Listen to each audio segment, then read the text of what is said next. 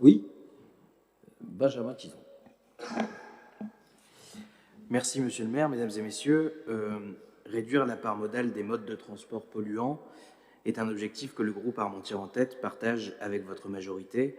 Et nous voulons d'ailleurs ici remercier, comme vous l'avez fait, la grande qualité du travail des services qui nous a été présenté, en particulier en commission. Nous voulons toutefois attirer votre attention sur deux questions et une remarque. La première question, c'est celle de la sécurité des usagers. Vous venez d'en parler. C'est un sujet important parce que rien qu'à Paris, Lyon et Marseille, ce sont environ 6 000 usagers des trottinettes électriques qui ont été victimes d'accidents ayant occasionné des fractures. Les opérateurs de trottinettes électriques commencent à mettre à disposition des casques et des assurances comprises dans le tarif de la location. Cela sera, nous le croyons, un critère important à inclure dans l'appel à manifestation d'intérêt. Nous croyons aussi que nous avons le devoir d'accompagner au mieux les usagers.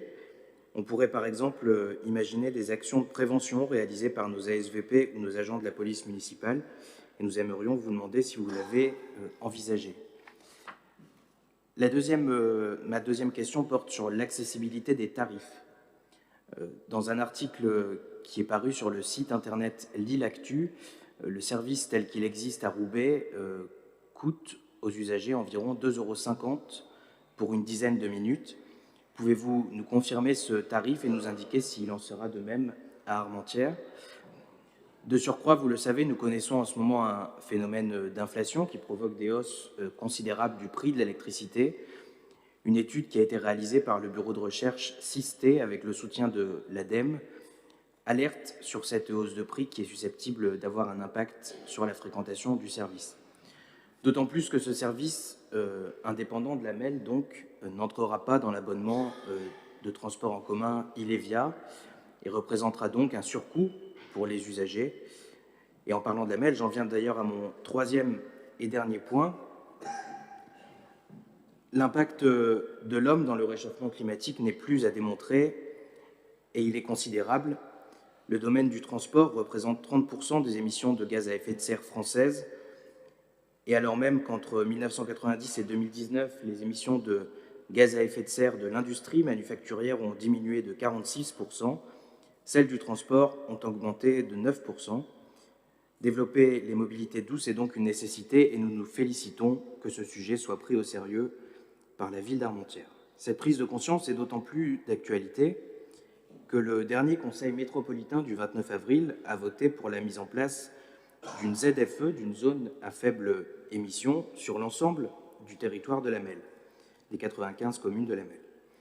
Cela signifie que les véhicules dont la vignette critère 4 ou 5 ne pourront plus circuler dans la MEL. Et nous notons par ailleurs que le groupe écologiste s'est abstenu en conseil métropolitain. Il y a sans doute lieu d'empêcher les véhicules polluants de circuler, nous ne le contestons pas, mais que fait la MEL pour développer les alternatives? Depuis la loi MAPTAM, elle est l'autorité organisatrice des mobilités. Or, elle refuse que le Vélil vienne jusque chez nous, elle n'améliore pas la qualité de ses bus, et on n'entend jamais sur la fréquentation du TER à Armentières, s'il est vrai que la loi ne lui confère aucune compétence en matière de transport ferroviaire. Son poids politique vis-à-vis de nos demandes pour la 3e gare métropolitaine serait peut-être utile. Bref, on ne peut que regretter le manque de volontarisme, l'inertie même de la MEL en la matière, et je regrette que cet appel à manifestation d'intérêt ne se fasse pas avec elle, puisqu'aujourd'hui, on doit finalement faire le boulot de la MEL à sa place. Je vous remercie de vos réponses à mes questions, et quoi qu'il en soit, soyez assurés de notre soutien sur ce projet.